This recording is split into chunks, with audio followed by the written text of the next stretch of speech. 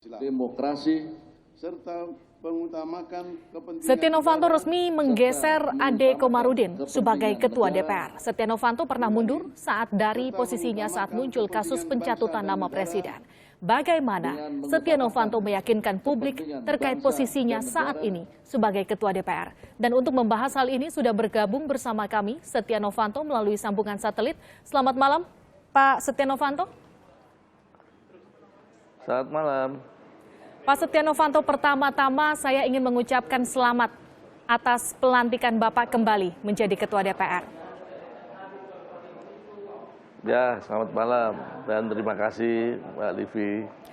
Pak Setia Novanto, bisa Anda ceritakan kepada kami bagaimana ceritanya seorang Setia Novanto yang sudah mengundurkan diri tahun lalu, kemudian bisa diusung kembali menjadi Ketua DPR, artinya apa di balik cerita seorang Ketua Umum Golkar turun gunung lagi jadi Ketua DPR, Pak Novanto?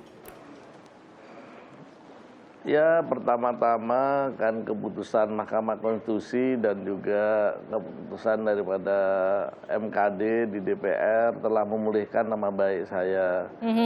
Tentu ini merupakan sesuatu yang berharga buat diri saya dan keluarga. Nah, tentu dengan adanya ini, saya juga di luar dugaan saya bahwa DPP Partai Golkar telah melaksanakan rapat harian terbatas yang saya tidak ada pada saat di luar kota. Karena biasanya kalau itu diserahkan kepada Saudara Nurdin Halid sebagai Ketua Harian.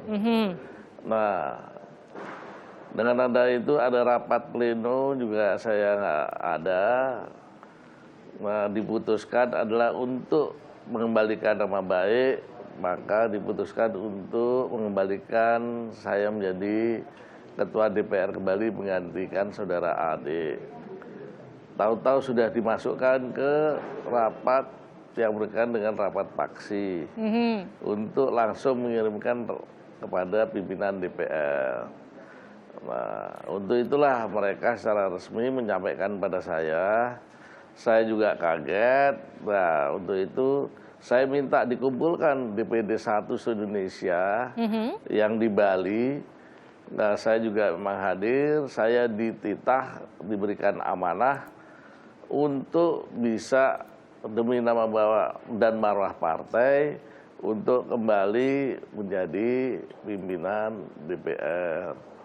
Nah, dengan cara itulah mungkin maka bergulir juga di fraksi-fraksi.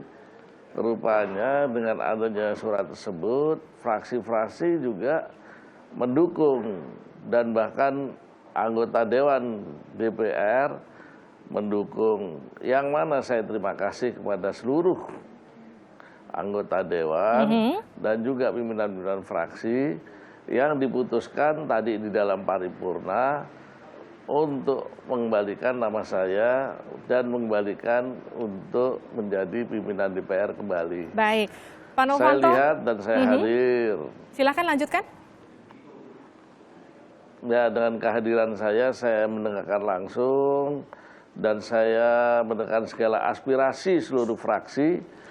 Tentulah ini menjadikan pertimbangan yang mendalam sehingga saya menerima apa yang menjadi usulan-usulan karena ini adalah merupakan hak daripada internal daripada partai. Itu sesuai anggaran dasar, anggaran rumah tangga. Pak Novanto, kita tidak bisa menampilkan sempat ada pro dan juga kontra dengan kembalinya Anda memimpin DPR. Dari awal mereka yang sebelumnya kontra, kemudian berbalik mendukung Anda. Apa upaya yang Anda lakukan untuk meyakinkan mereka bahwa Anda masih layak untuk memimpin DPR, Pak Novanto? Saya tentu juga tidak mengetahui, tapi ini merupakan suatu hal yang luar biasa karena sudah beberapa pimpinan-pimpinan komisi datang, pimpinan Komisi 6 datang, Komisi 11 datang, Badan Legislatif datang, itu meminta saya untuk kembali. Nah, tentu ini yang menjadi pertimbangan-pertimbangan Dan kebetulan saya terima kasih kepada para petinggi-petinggi partai yang juga melihat bahwa ini adalah merupakan keputusan daripada Partai Golkar. Nah, untuk itulah dengan ada hal yang begini tentu ini membuktikan pada saya adalah untuk bisa melakukan pengabdian bagi bangsa dan negara. Baik, Anda sudah berhasil meyakini, Pak Novanto, maaf saya potong, Anda sudah berhasil meyakini semua fraksi, Anda sudah berhasil meyakini Dewan Pembina yang sebelumnya juga sempat tidak mendukung Anda, kemudian berbalik mendukung Anda. Tapi sekarang yang jadi pertanyaan saya, apa yang Anda rencanakan ke depan untuk meyakinkan masyarakat terkait dengan posisi Anda saat ini? Ya tentu saya terima kasih atas segala dukungan masyarakat dan juga seluruh anggota DPR. Untuk itu saya akan melakukan langkah-langkah kerjasama dengan pimpinan lembaga-lembaga negara lainnya dan khususnya kepada Presiden Republik Indonesia untuk mewujudkan sistem presidensial dengan mewujudkan ini dan tentu segala program-program untuk mewujudkan parlemen yang modern, maka program-program daripada yang sudah ada akan kami tidak lanjutin kembali, apalagi program-program yang berkaitan masalah legislasi, program mengenai pengawasan dan pembuatan daripada masalah untuk melaksanakan anggaran, ya. Ini tentu akan kita perkuat, apalagi di dalam legislasi ini dari 200 yang ada ini sudah 28 RUU yang sudah jadi, tetapi tahap yang pertama ini kan ada 17 yang masih harus kita selesaikan. Baik. Misalnya undang-undang korupsi, undang-undang, ya silakan. Pak Novanto, kemudian yang jadi pertanyaan saya, sekarang yang menjadi PR, khususnya bagi Bapak setelah terpilih kembali menjadi Ketua DPR adalah soal perbaikan citra DPR. Apa yang kemudian akan Bapak lakukan untuk memperbaiki citra DPR setelah tadi Bapak sempat menyebutkan akan menjalin kerjasama dengan sejumlah lembaga-lembaga negara lain? Yang pertama tentu kita kelembagaan daripada DPR akan betul-betul kita tingkatkan, yaitu kepercayaan yang diberikan oleh masyarakat dan harapan-harapan kepada masyarakat. Tentu akan kita beberapa aturan-aturan undang-undang kita percepat, program-program mengenai masalah berkaitan dengan apa yang dilakukan oleh para dewan di dalam Komisi 1 sampai Komisi 11, kita akan tingkatkan dan kita berikan keleluasaan untuk kunker-kunker juga kita berikan mereka untuk betul-betul selain dalam hal kembali mereka ke daerah-daerahnya untuk bisa bertemu dengan masyarakat. Dan pada reses mereka bertemu untuk bisa kerjasama dengan para pemda-pemda untuk mendengarkan segala apa keluhan-keluhan dari masyarakat. Dan untuk bisa dimasukkan sebagai program-program kerja kita, sehingga kita bisa melakukan langkah-langkah lebih jauh untuk bisa melakukan suatu hal-hal menginventari segala persoalan-persoalan yang lebih besar. Baik. Apalagi sekarang DPR Republik Indonesia sudah beri leluasa untuk kita kembalikan haknya, termasuk di dalam kuker kita berikan, termasuk di dalam melakukan hal-hal keberangkatan mereka kerjasama dengan luar negeri, mereka sudah kita berikan dengan program-program yang sesuai dengan tatib yang ada. Baik.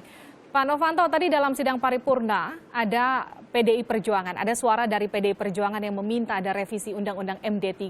Bagaimana Anda akan mengakomodir suara ini? Apakah kemudian Anda akan langsung fokus untuk membahas hal ini ke depannya di paripurna? Ya, tentu ini akan menjadi pertimbangan saya dengan pimpinan DPR yang lainnya.